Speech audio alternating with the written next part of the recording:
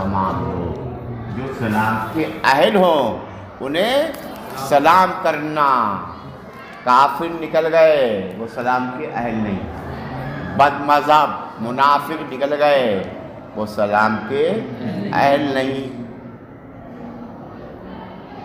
فاسق مولن نکل گئے وہ سلام کے. سلام کرنا سب کو جو سلام کے اہل ہوں.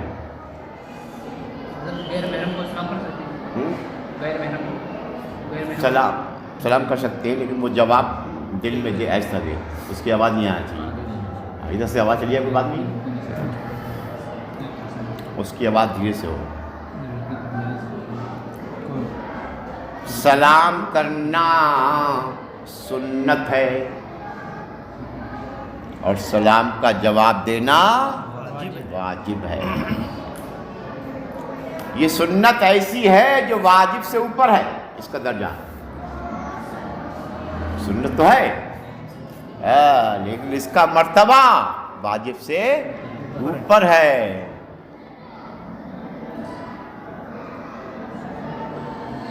سلام میں پیشگی کرنا یہ تواضع کی نشانی ہے, اور کسی کے سلام کا انتظار کرنا یہ تکبر کی علامت ہے.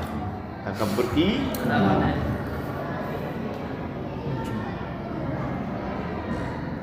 کیا چیزیں ہو گئی؟ دو.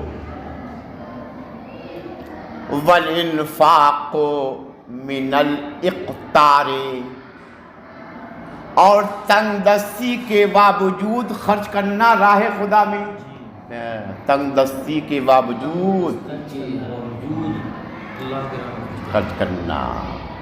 مالداری میں تو آدمی خرچ کرتا ہی ہے, کمال تو یہ ہے کہ آدمی تنگ دستی میں راہ خدا میں خرچ کرے.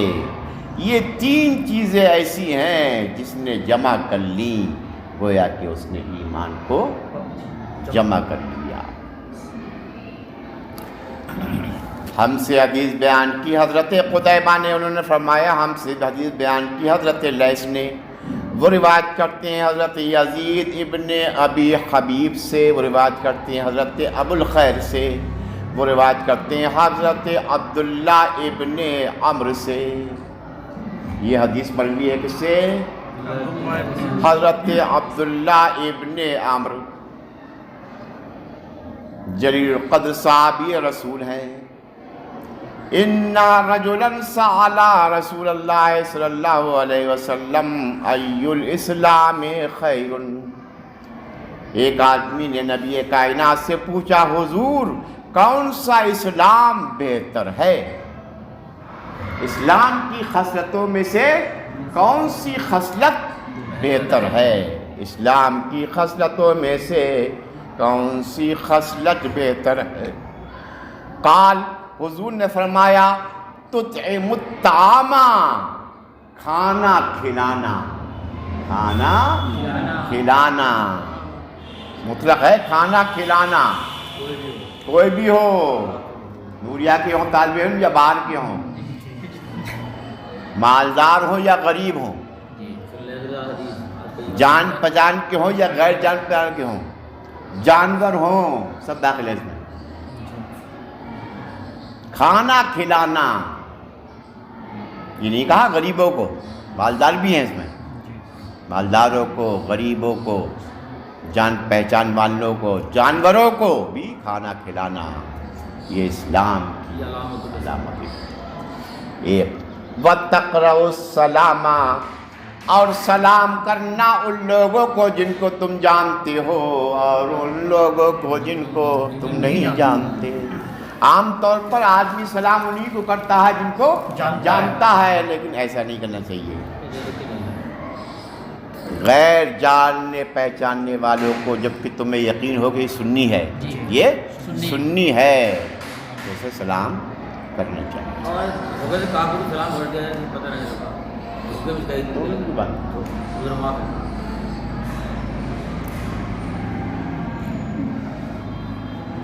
اور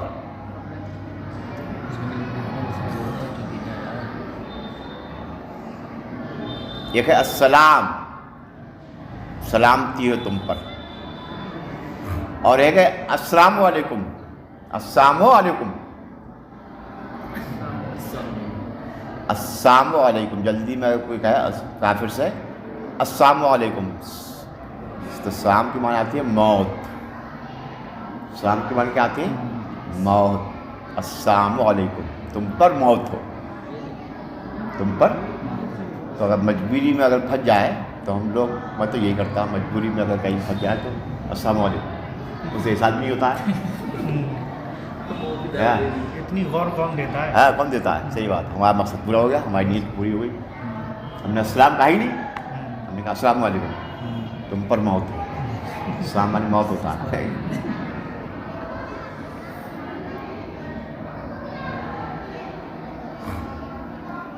یہ حدیث سنو. باب کفران العشیرے،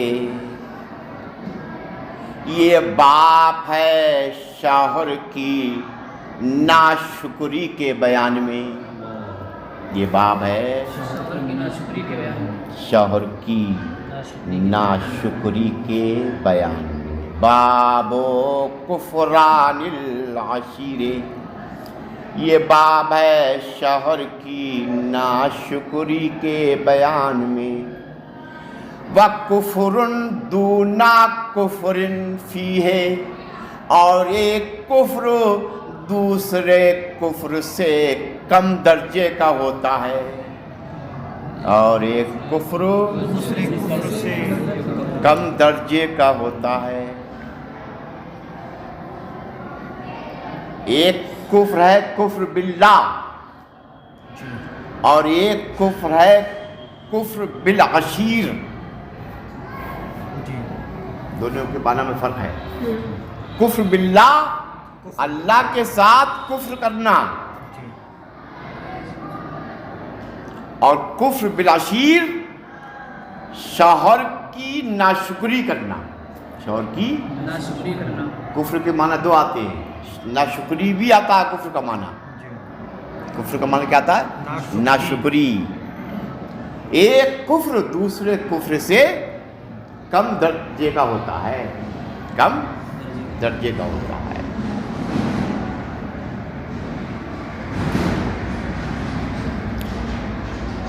یہ حدیث مروی ہے حضرت ابو سعید خدری سے، وہ روایت کرتے ہیں نبی کائنات صلی اللہ علیہ وسلم سے. ہم سے حدیث بیان کی حضرت عبداللہ ابن مسلمہ نے، وہ روایت کرتے ہیں حضرت مالک سے، وہ روایت کرتے ہیں حضرت زید ابن اسلم سے، وہ روایت کرتے ہیں حضرت عطا ابن یسار سے، وہ روایت کرتے ہیں حضرت ابن عباس سے. قال، حضرت ابن عباس نے فرمایا نبی کائنات صلی اللہ علیہ وسلم نے ارشاد فرمایا، اریت النار فَإِذَا أَكْثَرُ أَهْلِهَا النِّسَاءُ. آقا ارشاد فرماتے ہیں مجھے جہنم دکھائی گئی، مجھے جہنم دکھائی گئی، میں نے جہنم میں زیادہ تر عورتوں کو دیکھا. آقا ارشاد فرماتے ہیں مجھے جہنم دکھائی گئی، میں نے جہنم میں زیادہ تر عورتوں کو دیکھا. کیوں دیکھا؟ یکفرنا، وہ ناشکری کرتی ہیں، وہ ناشکری کرتی ہیں.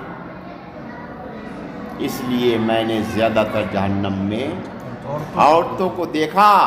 یکفرنا، وہ ناشکری کرتی ہیں. قیلا، پوچھا گیا حضور یکفرن باللہ، کیا وہ اللہ کے ساتھ کفر کرتی ہیں؟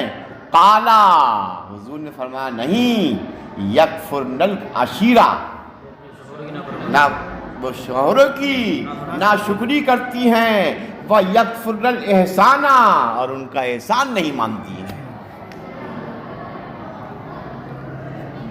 اور ان کا احسان. اس لیے میں نے زیادہ تر عورتوں کو جنت میں دیکھا. اور آقا نے ارشاد فرمایا عورتوں کا معاملہ یہ ہے، لو احسنت الی احداہن الدہر ثم رأت منک شیئا قالت ما رأيت منك خيرا قط. عورتوں کا معاملہ یہ ہے، اگر تم ان میں سے کسی کے ساتھ زندگی بھر احسان کرو، اگر تم میں سے کسی کے ساتھ زندگی بھر احسان کرو، پھر تم سے کبھی کبھار کوئی چیز ناگوار دیکھ لیں تو کہہ دیتی ہیں کہ میں نے تم سے کبھی بھلائی ہی نہیں دیکھی. کہہ دیتی ہیں کہ میں نے تم سے کبھی بھی بھلائی ہی نہیں دیکھی. یہ بات تو ذرا سادہ ہے، اکثر عورتوں کا ہی معاملہ یہ معاملہ ہے. اس لیے زیادہ تر میں نے عورتوں کو جہنم میں دیکھا.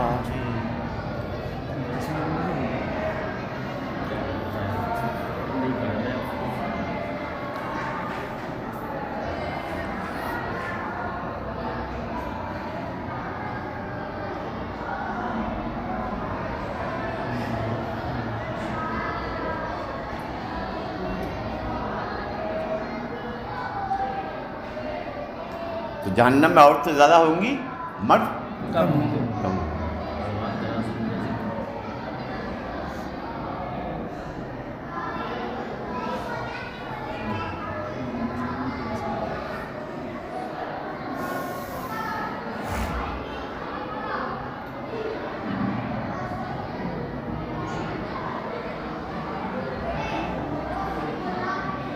اور جنت میں مرد زیادہ ہوں گے، عورتیں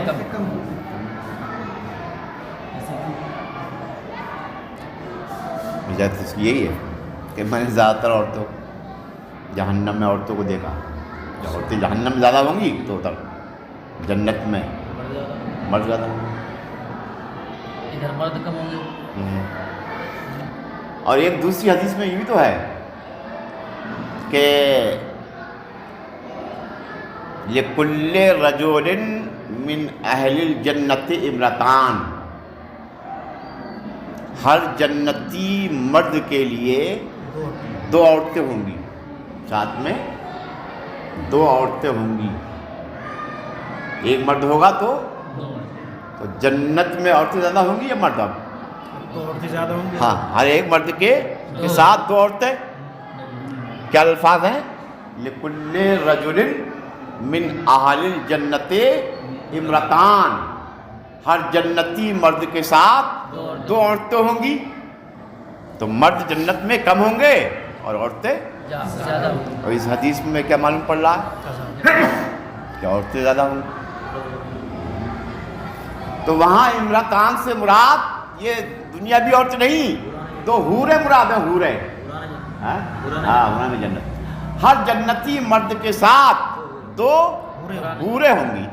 یہ دو حوریں ہوں گی. ویسے یہ حدیث اٹل ہے اپنی جگہ کہ جہنم میں زیادہ تر عورتیں ہوں گے.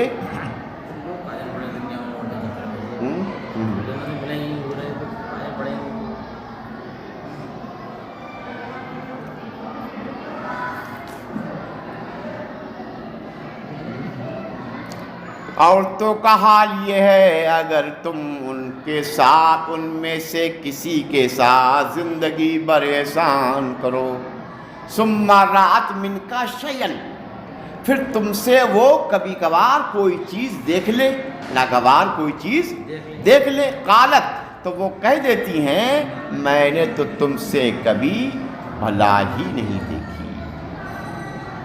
باب المعاصی من امر الجاہلیت. گناہ امر جاہلیت میں سے ہے. یہ باب ہے اس بیان میں، گناہ امر جاہلیت میں سے ہے.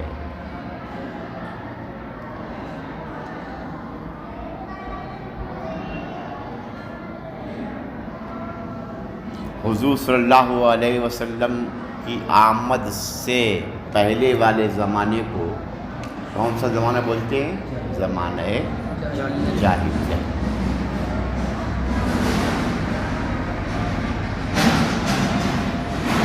گناہ امر جاہلیت میں سے ہے.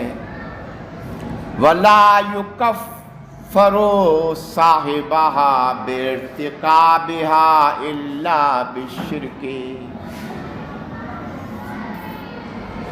گناہ کرنے والا کافر نہیں ہوتا ہے الا بالشرک، مگر شرک کے ساتھ. شرک گناہ کرتا ہے تو وہ کافر ہو جاتا ہے، اور شرک کے علاوہ کتنا بھی وہ گناہ کر لے، کتنا بھی بڑا گناہ کر لے، وہ کافر نہیں. شرک کرے گا، کفر کرے گا، کافر. لقول النبی صلی اللہ علیہ وسلم، نبی کائنات صلی اللہ علیہ وسلم کا فرمان ہے، انکا امرؤن فیکا جاہلیۃ.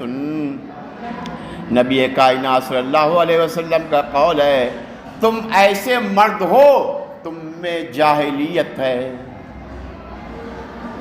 انکا امرؤن فیکا جاہلیۃ، تم ایسے مرد ہو تم میں. اس کے بارے میں کہا تھا، یہ حدیث بعد میں آ رہی ہے اس کی. حضور نے یہ جملہ کس کے بارے میں کہا تھا کہ تم ایسے مرد ہو تم میں جاہلیت ہے، وہ حدیث بعد میں آئی.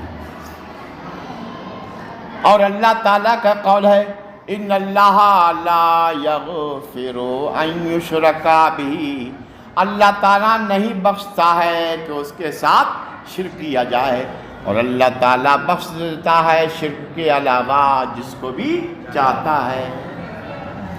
وَإِن طَائِفَتَانِ مِنَ الْمُؤْمِنِينَ، مومنین میں کے اگر دو گروہ، مومنین کے اگر دو گروہ اقتتلوا آپس میں لڑیں، فَأَصْلِحُوا بَيْنَهُمَا، تو ان دونوں کے درمیان میں تم صلح کرا دو. فَسَمَّاهُمُ الْمُؤْمِنُونَ، تو اللہ تعالیٰ نے ان کو کیا نام رکھا؟ مومنین. کہ اگر مومنین کے دو گروہ آپس میں لڑے تو کافر نہیں ہو جائیں گے لڑنے سے. قتال گناہ کبیرہ ہے لیکن کافر نہیں ہوں گے، رہیں گے مومن. فَسَمَّاهُمُ الْمُؤْمِنِينَ، اللہ نے ان کا نام کیا رکھا؟ مومنین رکھا. کن کا؟ اہل قتال کا. معلوم یہ ہوا کہ قتال گناہ کبیرہ ہے لیکن اس سے آدمی کافر نہیں ہوگا. شرک کے علاوہ، کفر کے علاوہ جتنے بھی گناہ ہیں اللہ تعالیٰ چاہے تو ان کو معاف کر دے. یزید کو فاسق و مولن اور بد مذہب گمراہ یہ کہہ سکتے ہیں، دین کہہ سکتے ہیں، لیکن کافر.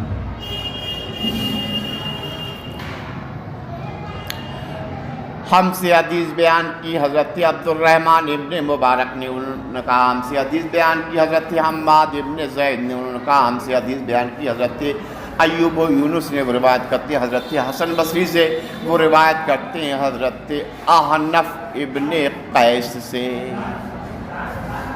یہ حدیث مروی ہے حضرت احنف ابن قیس، تابعی ہیں. حضرت احنف ابن قیس تابعی ہیں.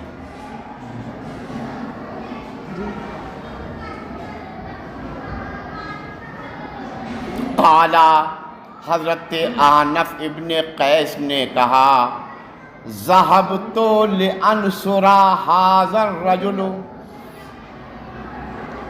میں کیا قال، حضرت احنف ابن قیس نے کہا، میں چلا اس شخص کی مدد کے لیے، میں چلا. حاضر رجل سے مراد ہے حضرت علی. حاضر رجل سے مراد کیا ہے؟ حضرت علی.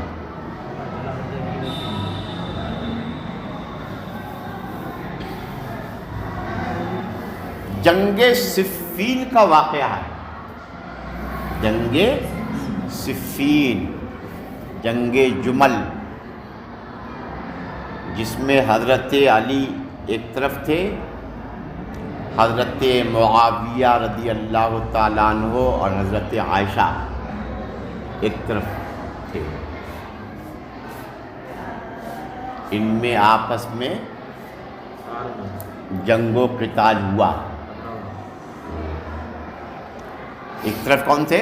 حضرت علی حضرت معاویہ اور حضرت عائشہ جی ایک ساتھ، اور ایک طرف آپس میں ان میں جنگ و قتال ہوا، جنگ قتال ہوا۔ صفین میں جنگ و قتال ہوا، جنگ صفین ساتھ سے۔ پہلے یہ بات کام کھول کر سن لو، ان کا قتال، ان کی جنگ کسی دنیاوی لالچ کی وجہ سے نہیں تھی، دونوں مستحق تھے، دونوں اجماع اہل سنت کے مطابق حضرت علی حق پر تھے، حضرت معاویہ حضرت عائشہ سے اجتہاد میں خطا واقع ہوئی، اجتہاد میں، اور مجتہد سے اگر اجتہاد میں خطا واقع ہو جائے تو اس کو بھی ثواب ملتا ہے۔ تو ان کی آپس میں جو جنگ و جدال ہوا، خطا میں اجتہاد کی وجہ سے ہوا، خطا میں اجتہاد میں خطا واقع ہو گئی، کس سے ہو گئی؟ حضرت ابی معاویہ حضرت عائشہ سے اجتہاد کرنے میں خطا واقع ہو گئی، اور مجتہد سے اگر خطا واقع ہو جائے تب بھی اس کو ثواب ملتا ہے۔ اہل سنت کے اجماع کے مطابق حضرت علی حق پر تھے، لیکن ان میں جو آپس میں جنگ و قتال ہوا، اس میں بحث کرنا اور اس میں اپنی زبان درازی کرنا یہ گناہ ہے۔ یہ کیا ہے؟ گناہ ہے۔ اصحاب ہی کلہم عدول، آقا ارشاد فرماتے ہیں میرے تمام صحابہ عادل ہیں، ورضی اللہ عنہ ورضوا عنہ، اللہ ان سے راضی ہے اور وہ اللہ سے راضی ہے۔ ان کا جو اختلاف ہو گیا تھا وہ کسی دنیاوی لالچ میں نہیں ہوا تھا، کسی اقتدار، کسی سلطنت کے چاہنے میں نہیں ہوا تھا، بس اتنا ہوئی کہ ان کے اتحاد میں کیا ہو گئی، پورا واقعہ تھا اس کا۔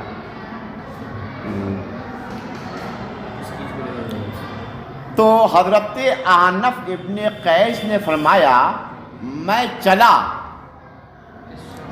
اس شخص کی مدد کے لیے، کس کی مدد کے لیے،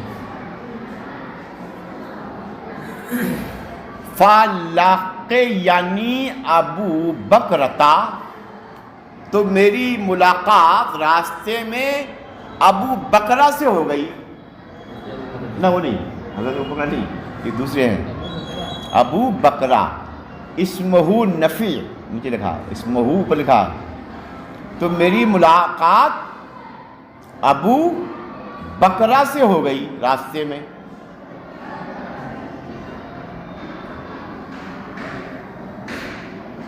راستے میری ملاقات کس سے ہو گئی؟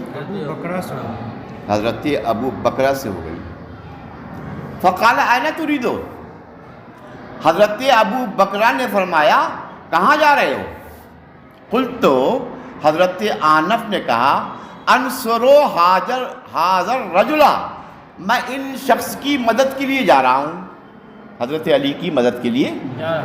قالا، حضرت ابو بکر نے فرمایا ارجع، لوٹ جاؤ، فإنی سمعت رسول اللہ صلی اللہ علیہ وسلم، اس لیے کہ میں نے رسول اللہ صلی اللہ علیہ وسلم کو یہ فرماتے ہوئے سنا ہے اذ التقى المسلمان بسیفہما فالقاتل والمقتول فی النار۔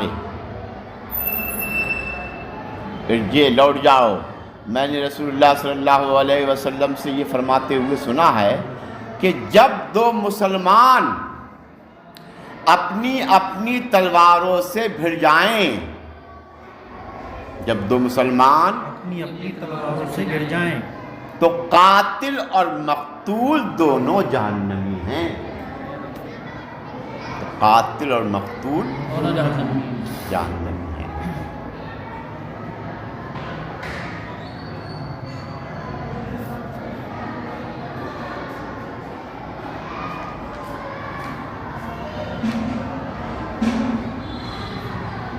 اذ التقى المسلمان، جب دو مسلمان اپنی اپنی تلواروں سے بھڑ جائیں تو قاتل اور مقتول دونوں جہنمی ہیں.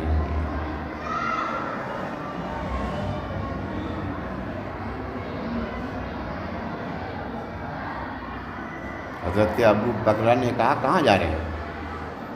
انہوں نے کہا میں حضرت علی کی مدد کے لیے جا رہا ہوں.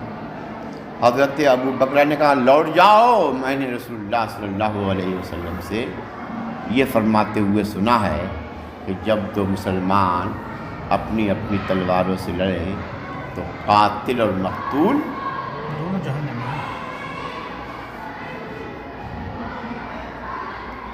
معاذ اللہ. حضرت ابو بکرہ نے ظاہری حدیث سے یہی سمجھا، ظاہری حدیث سے یہی سمجھا. اس لیے حضرت احنف کو روکا، حضرت احنف کو روکا کہ تم کسی کا ساتھ مت دو، تم کسی کا. نبی نے تو یہ فرمایا ہے، نبی نے تو یہ فرمایا ہے کہ جب دو مسلمان لڑیں تو قاتل اور مقتول دونوں جہنمی ہیں. اس لیے تم کیوں حضرت علی کا ساتھ دینے جا رہے ہو؟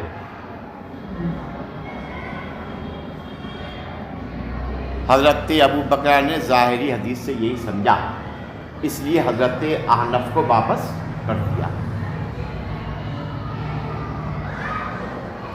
حالانکہ اس حدیث کا مطلب یہ نہیں ہے، ترجمہ یہ ہے اس حدیث کا کہ جب دو مسلمان بغیر دلیل شرعی کے، بغیر شرعی جواز کے، بغیر شرعی پہلو کے لڑیں تو جہنمی ہیں دونوں. اور ان کے پاس کیا تھا؟ شرعی جواز تھا، شرعی پہلو تھا. اجتہاد میں خطا واقع ہو گئی تھی، اس لیے یہ حکم ان پر نہیں پڑے گا. یہ وجہ. دوسری وجہ یہ ہے حضرت ابو بکرہ نے انہیں واپس جو کیا، اس وقت تک حضرت ابو بکرہ کو یہ معلوم نہیں ہو سکا تھا کہ حق پر کون ہے، حق پر کون ہے. اس لیے انہوں نے حضرت احنف کو واپس کر دیا کہ تم حضرت علی کا ساتھ دینے مت جاؤ. انہیں معلوم ہی نہیں تھا کہ حق پر کون ہے ان دونوں میں سے، اس لیے واپس کر دیا. اور دوسرا جواب یہ ہے کہ اس حدیث کا مطلب یہ ہے کہ جب دو مسلمان ناحق لڑیں، کوئی شرعی جواز ان کے پاس نہ ہو، تو قاتل اور مقتول دونوں جہنمی ہیں. قلت، تو میں نے کہا یا رسول اللہ ھذا القاتل، یہ قاتل ظالم جہنمی ہے. یہ تو بات سمجھ میں آ رہی ہے، ھذا القاتل، یہ قاتل جہنمی ہے، یہ بات سمجھ میں آ رہی ہے. فما بال المقتول، مقتول کا کیا حال ہے؟ مقتول کیوں جہنمی ہے؟ مقتول وہ تو مظلوم ہے. قالا، حضور نے وجہ فرمائی.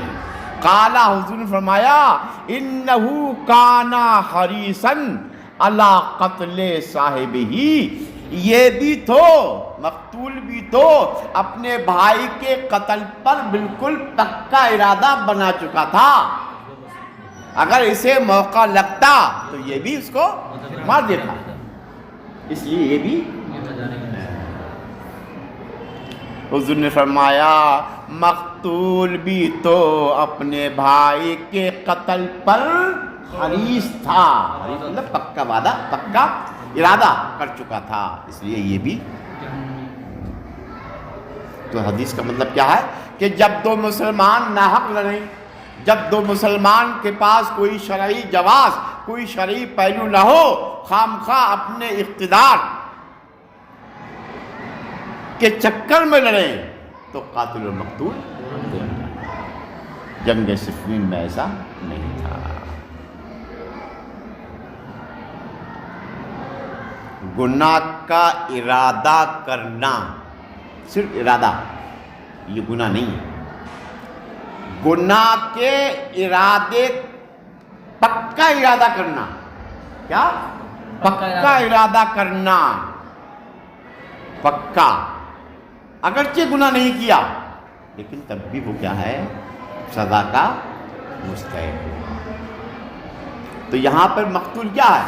پکا ارادہ کر چکا تھا کہ ذرا سا بھی اسے موقع لگتا تو یہ بھی مار دیتا، اس لیے یہ بھی جان لیں۔ ہم سے حدیث بیان کی حضرت سلیمان ابن حرب نے، انہوں نے فرمایا ہم سے حدیث بیان کی حضرت شعبہ نے، وہ روایت کرتے ہیں حضرت واصل احدب سے، وہ روایت کرتے ہیں حضرت معرور سے۔ قالا، حضرت معرور نے فرمایا لقیت ابا ذر بالربضۃ، حضرت معرور نے فرمایا مقام ربضہ میں میری ملاقات حضرت ابو ذر غفاری سے ہو گئی، میری ملاقات حضرت ابو ذر غفاری سے ہو گئی۔ مقام ربضہ مدینہ طیبہ میں ایک مقام ہے، اس کا نام ہے مقام ربضہ، جہاں حضرت ابو ذر غفاری مدفون ہیں، جہاں حضرت ابو ذر غفاری۔ حضرت معرور فرماتے ہیں مقام ربضہ میں میری ملاقات حضرت ابو ذر غفاری سے ہو گئی، میں نے دیکھا وعلیہ حلۃ وعلی غلامہ حلۃ، میں نے دیکھا کہ ان کے جسم پر جوڑا ہے اور ویسے ہی ان کے غلام پر جوڑا ہے، وعلیہ حلۃ، پر جوڑا ہے، ان کے جسم پر ایک جوڑا ہے اور ان کے غلام پر بھی ویسے ہی جوڑا ہے۔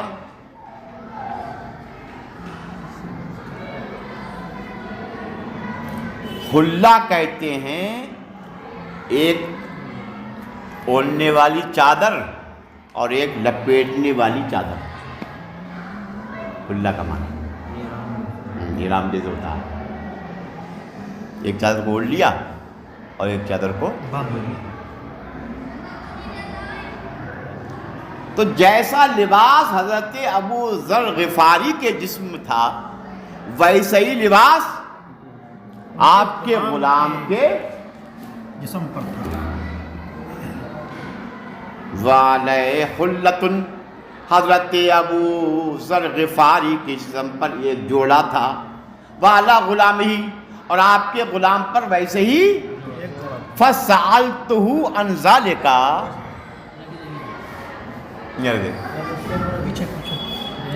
پیچھے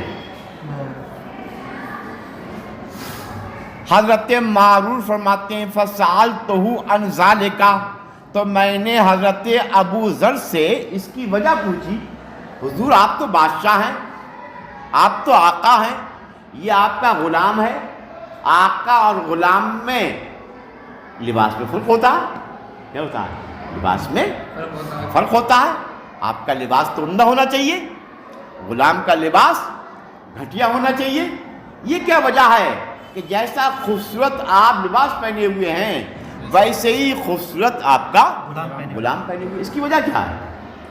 اس کی وجہ کیا ہے؟ فقالا، حضرت ابو ذر غفاری نے فرمایا انی ساببت رجلا فعیرتہ بأمہ. حضرت ابو ذر غفاری نے فرمایا میں نے ایک شخص کو اس کی ماں کی گالی دے دی تھی. اچھا، میں نے ایک شخص کو اس کی ماں کی گالی دی تھی. اس کی ماں کی گالی دے دی تھی. یہ اس وقت کا واقعہ ہے جب حضرت ابو ذر غفاری کو یہ معلوم نہیں تھا کہ گالی دینا حرام ہے. گالی دینا حرام. میں نے ایک شخص کو اس کی ماں کی گالی دے دی تھی.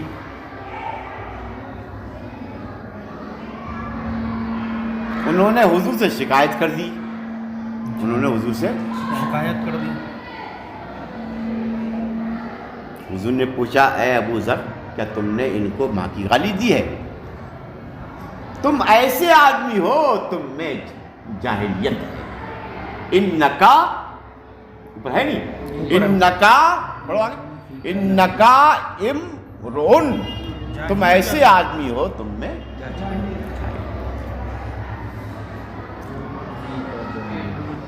ہوا یہ تھا ایک مرتبہ آپ کی زبان سے حضرت بلال کے لیے یہ نکل گیا او کالی عورت کے بچے. یہ ہے ماں کی گالی. حضرت بلال حبشی تھے نا، حبشی، اور حبشی کالے ہوتے ہیں تو آپ کی ماں بھی کالی تھی. حبشی کالے ہوتے ہیں بہت، تو آپ کی ماں بھی کالی تھی. تو آپ کی حضرت ابو ذر غفاری کی زبان سے ایک مرتبہ یہ نکل گیا او کالی عورت کے بچے. یہ حضرت بلال کو بہت ناگوار گزرا. انہوں نے حضور سے شکایت کی کہ حضور حضرت ابو ذر غفاری نے مجھ سے یہ کہا ہے، مجھ کو ماں کی گالی دی ہے، مجھ کو ماں کی گالی دی ہے اور یہ کہا مجھ سے او کالی عورت کے بچے. تو حضور نے اس وقت فرمایا انکا فیکا امرؤن فیکا جاہلیتن تم ایسے مرد ہو تم میں جاہلیت ہے. لیکن واقعہ اس وقت کا ہے یہ کہ جب حضرت ابو ذر غفاری کو یہ معلوم نہیں تھا کہ گالی دینا حرام ہے، غلط ہے. اس وقت کا واقعہ ہے یہ.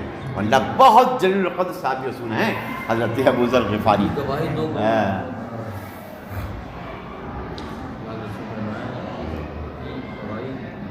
دو مردوں کو بڑا کر. پھر حضور نے نصیحت بھی فرمائی کہ تمہارے غلام تمہارے بھائی ہیں، تم ان کے ساتھ انہی کا جیسا سلوک کرا کرو. جو تم کھاؤ اپنے غلاموں کو کھلاؤ، جو تم پہنو اپنے غلاموں کو پہناؤ. یہ آپ نے بعد میں حضرت ابو ذر غفاری کی نصیحت کی.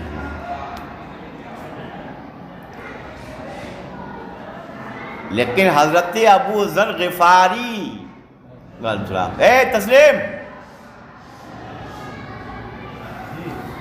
250 آپ کو چھوٹے ہوئے نہیں ہے میرے لیے میں دے دوں گا. حضرت ابو ذر غفاری نے کہہ تو دیا. حضور سے شکایت بھی ہو گئی. حضور نے یہ جملہ بھی فرمایا تم ایسے مرد ہو تم میں جاہلیت ہے. لیکن حضرت ابو ذر غفاری حضرت بلال کے گھر پر گئے اور حضرت بلال کے گھر پہ جانے کے بعد میں ان کے سامنے زمین پر لیٹ کر اپنے رخسار کو اس طرح کر لیا، اس طرح ایسے لیٹ گئے اور حضرت بلال سے کہا تم اپنے قدموں سے میرے چہروں کو روندو. بہت کہا. حضرت بلال منع کرتے رہے. آخر کار حضرت بلال کو یہ کرنا پڑا. حضرت بلال نے حضرت ابو ذر غفاری کے چہرے کے اس حصے پر اپنے قدم کو رکھا، اسے تھوڑا لگڑا.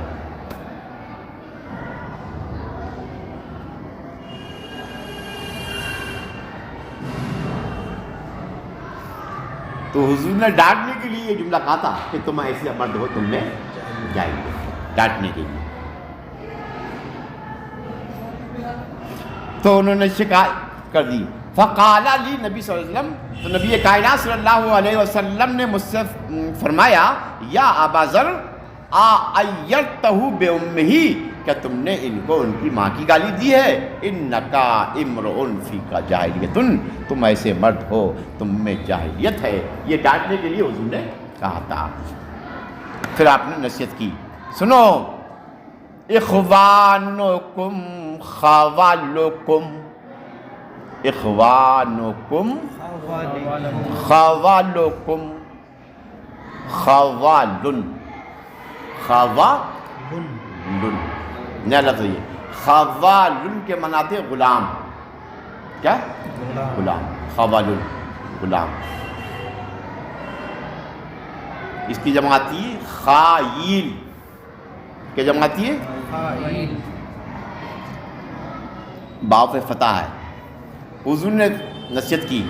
اخوانکم خوالکم، تمہارے خدام تمہارے بھائی ہیں، تمہارے خدام ہمارے بھائی. جعلہم اللہ تحت ایدیکم، اللہ تعالیٰ نے ان کو تمہارے ماتحت بنایا ہے. اللہ تعالیٰ نے ان کو ہمارے ماتحت بنایا. لہذا اے ابو ذر، فمن کانا اخوہ تحت یدہ، تو جس کا بھائی اس کے ماتحت ہو، تو جس کا بھائی اس کے ماتحت ہو تو وہ اسے کھلائے وہ جو خود کھائے، پہنائے وہ جو خود پہنے. یہ آقا نے نصیحت فرمائی. فَلْيُطْعِمْ، ہو تو کھلائے اسے وہ جو خود کھائے، پہنائے وہ جو خود. وَلَا تُكَلِّفُوهُمْ مَا يَغْلِبُهُمْ، انہیں ایسا کام مت دو ما یغلبہم، جو انہیں بھاری پڑ جائے. غلاموں کو ایسا کام مت دو جو انہیں بھاری پڑ جائے. فَإِن كَلَّفْتُمُوهُمْ فَأَعْيُنُهُمْ، اور اگر تم بھاری کام کرنے کا حکم بھی دو تو تم ساتھ میں ان کی مدد بھی کرو. اول تو تم دو مت، اگر بائی چانس بھاری کام دینے کا تمہیں ضرورت پڑے فَأَعْيُنُهُمْ، تو تم ان کی مدد کرو. یہ آپ نے جملے نصیحت کے طور پر رکھ دیا.